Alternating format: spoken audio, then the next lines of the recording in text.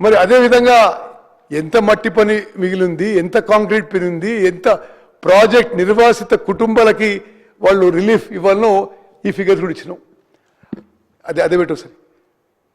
ఇంకో ముఖ్యమైన విషయం, ఈ పాలమూరు రంగారెడ్డి ప్రాజెక్టు మరి దేవరకద్ర ఎమ్మెల్యే జిఎంఆర్ తెలిసినవచ్చు. ఒక శంకుస్థాపన ప్రోగ్రాం ఆడ చేస్తే 3 ఏళ్ళలో పూర్తి చేస్తామని చెప్పారు. ఈ అధ్యక్ష యావత్ తెలంగాణ ప్రజానికానికి తెలవాలి అది ఎంత మోసం దగా అని. 2016లో అగ్రిమెంట్ సైన్ చేసినప్పుడు, ఫౌండేషన్స్ చేసినప్పుడు అగ్రిమెంట్ ఏమో 30 నెలలకి సైన్ చేసిన, అంటే 2.5 ఏళ్ళు. బయట మరి సరే 2.5 ఏళ్ళు 3 ఏళ్ళు ప్రకటించుకున్నారు. 2016లో 3 ఏళ్లలో పూర్తి కావాల్సిన ప్రాజెక్టు అంటే 2015లో 3 ఏళ్ళని అక్కడ దేవరకద్ర ఎమ్మెల్యే అంటున్నాడు. కుర్చీ చేసుకుని కట్టిస్తాడు. మరి కుర్చీ ఎటు పోయిందో ఆయన ఎటు పోయిందో. మరి ఇప్పుడు అది 2018 వరకు పూర్తి కావాలి. ఇప్పుడు 2025 ఇప్పటి వరకు పనులు 30% జరిగినాయి. ఇంకో ముఖ్యమైన విషయం మనం అందరం గమనించేదంటే ఈ పాలమూరు రంగారెడ్డికి కానీ కాళేశ్వరం కానీ చాలా high cost high interest loan తీసుకొచ్చింది. అంటే 11.5% లోన్ తీసుకొచ్చింది.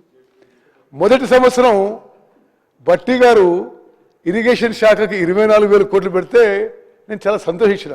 అసలు 24,000 కోట్లు ఇస్తుండేమో వర్క్లు కానీ. మరి సంవత్సరం అయిపోయేసరికి అందులో 16,000 కోట్లు కేవలం ఇరిగేషన్ లోన్స్ ఇంట్రెస్ట్ అండ్ ప్రిన్సిపల్కే రిటర్న్ అయినాయి. మరి మేము అధికారంలో వచ్చిన తర్వాత ఆ 11%కి తీసుకొచ్చిన ఇరిగేషన్ లోన్స్ ఇంట్రెస్ట్ తగ్గించి రీస్ట్రక్చర్ చేసి 7% తగ్గించిన ఘనత ముఖ్యమంత్రి గారికి ఉప ముఖ్యమంత్రి గారికి దక్కుతుందని చెప్పి మనం చేస్తున్నా. బట్టి గారికి నా ప్రత్యేక అభినందనలు. మరి నెక్స్ట్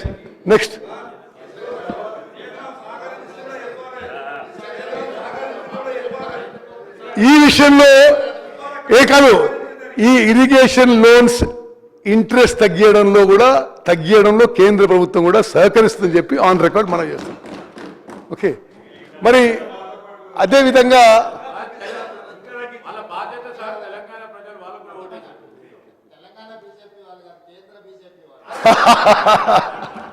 ఓకే సరే, ఇప్పుడు అంటే నేనేమంటున్నా, గోదావరి బేసిన్ అయినా కృష్ణా బేసిన్ అయినా కాంగ్రెస్ పార్టీకి ఒకే రకమైన ఆలోచన. కానీ పదే కృష్ణా బేసిన్లో ప్రాజెక్టులు ఏదో కాంగ్రెస్ వాళ్ళు నిర్లక్ష్యం చేసింది కాబట్టి కొన్ని అంకెలు తీసినాం. ఈ అంకెల్లో ఏమవుతుందంటే 10 ఏళ్ల వాళ్ళ అధికారంలో గోదావరి బేసిన్ ప్రాజెక్ట్స్కి 1,25,000 కోట్లు ఖర్చు పెట్టినరు. కృష్ణా బేసిన్ ప్రాజెక్ట్స్కి సబితా గారు 41,000 కోట్లు ఖర్చు పెట్టినరు. మరి ఇదే కాదు లెక్క. మీరు ఇంకో విషయం చెప్తాం, కాళేశ్వరం ప్రాజెక్టుకి 2 TMC నుంచి 3 TMCకి పెంచినరు. పాలమూరు రంగారెడ్డికి 1.5 నుంచి 1 TMC పర్ డే తగ్గించే కుట్ర చేసినరు.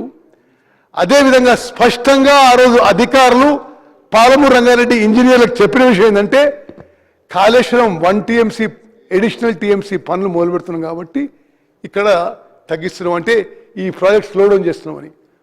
అంటే కేవలం కాళేశ్వరం ప్రాజెక్టులో అడిషనల్ TMC అంటే 2 నుంచి 3 TMC పెంచడానికి వాళ్ళు అంచనాలు వేసిన 27,000 కోట్లు. మరి కాంట్రాక్టర్ల కోసం ఇది అడిషనల్ అమౌంట్ వేసినారు. ఈ అమౌంటే ఉమ్మడి మహబూబ్నగర్ జిల్లా, ఉమ్మడి నల్గొండ జిల్లా కృష్ణా బేసిన్ ప్రాజెక్టులకి ఖర్చు పెట్టుంటే ఇప్పటి వరకు పూర్తయి నీళ్లు ఫుల్గా వారేమని చెప్పి మనం చేస్తాను. నెక్స్ట్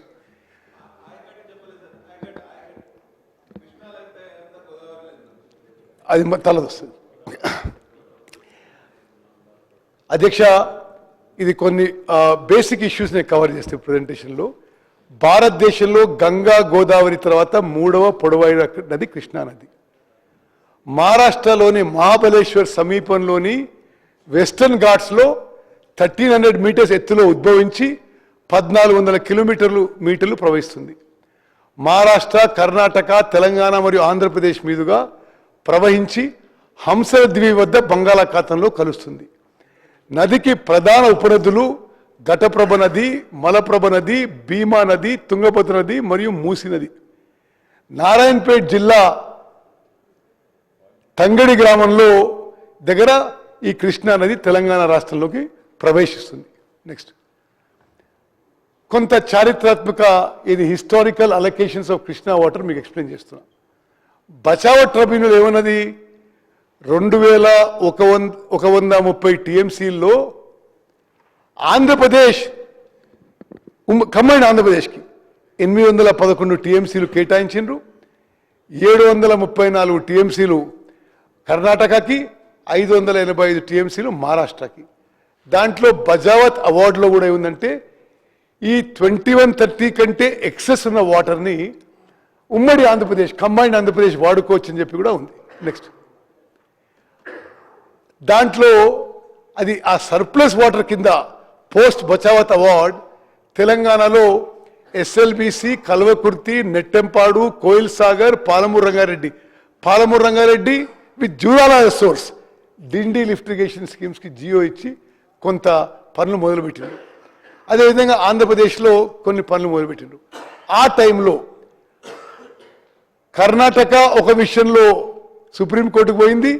ఆనాటి ఆంధ్రప్రదేశ్ ఒక విషయంలో కర్ణాటకకు వ్యతిరేకంగా సుప్రీంకోర్టు పోయిండు. ఆనాటి ఆంధ్రప్రదేశ్ ఏమో ఆల్మట్టి హైట్ కర్ణాటక 515 నుంచి 524 హైట్ పెంచొద్దు అని ఆంధ్రప్రదేశ్ పోయింది.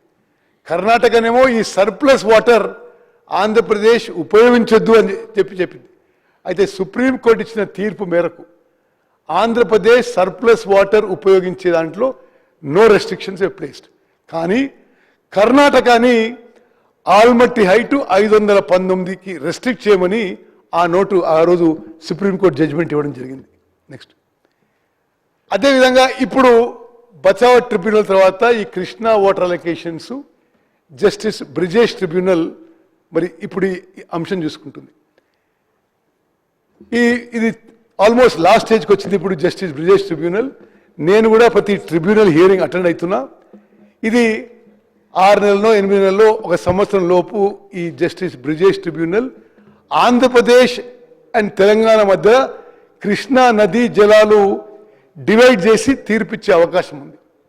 ఇప్పుడు ఈ బ్రిజేష్ ట్రిబ్యునల్ అంటే ఆ 811 టీఎంసీలతో సహా 65% డిపెండబిలిటీ మీద మరో 49 టీఎంసీలు, యావరేజ్ ఫ్లోస్లో 145 టీఎంసీలు, అంటే మొత్తం ఉమ్మడి ఆంధ్రప్రదేశ్ తెలంగాణ కలిపి 1005 TMC plus Godavari diversion 45 TMC, ఈ 1050 టీఎంసీపై ఇప్పుడు అత్యంత కీలకమైన బ్రిజేష్ ట్రిబ్యునల్ వాదనలు జరుగుతున్నాయి. నేను యావత్ తెలంగాణ ప్రజానీకానికి మనవి చేస్తున్నా, ఈ బ్రిజేష్ ట్రిబ్యునల్ హియరింగ్లో తెలంగాణలో మన కాంగ్రెస్ ప్రభుత్వం వచ్చిన తర్వాత మరింత సమర్థవంతంగా వాదనలు వినిపిస్తూ ఈ బ్రిజేష్ ట్రిబ్యునల్ ముందు 75% డిపెండబిలిటీ, 65 యావరేజ్ అన్ని కలిపి ఈరోజు 73% కృష్ణా నదీ జలాల్లో మనకు కేటాయించాలని చెప్పి మన కాంగ్రెస్ ప్రభుత్వం బ్రిజేష్ ట్రిబ్యునల్లో ఆర్గ్యూ చేస్తున్న విషయాన్ని మనం చేస్తాం.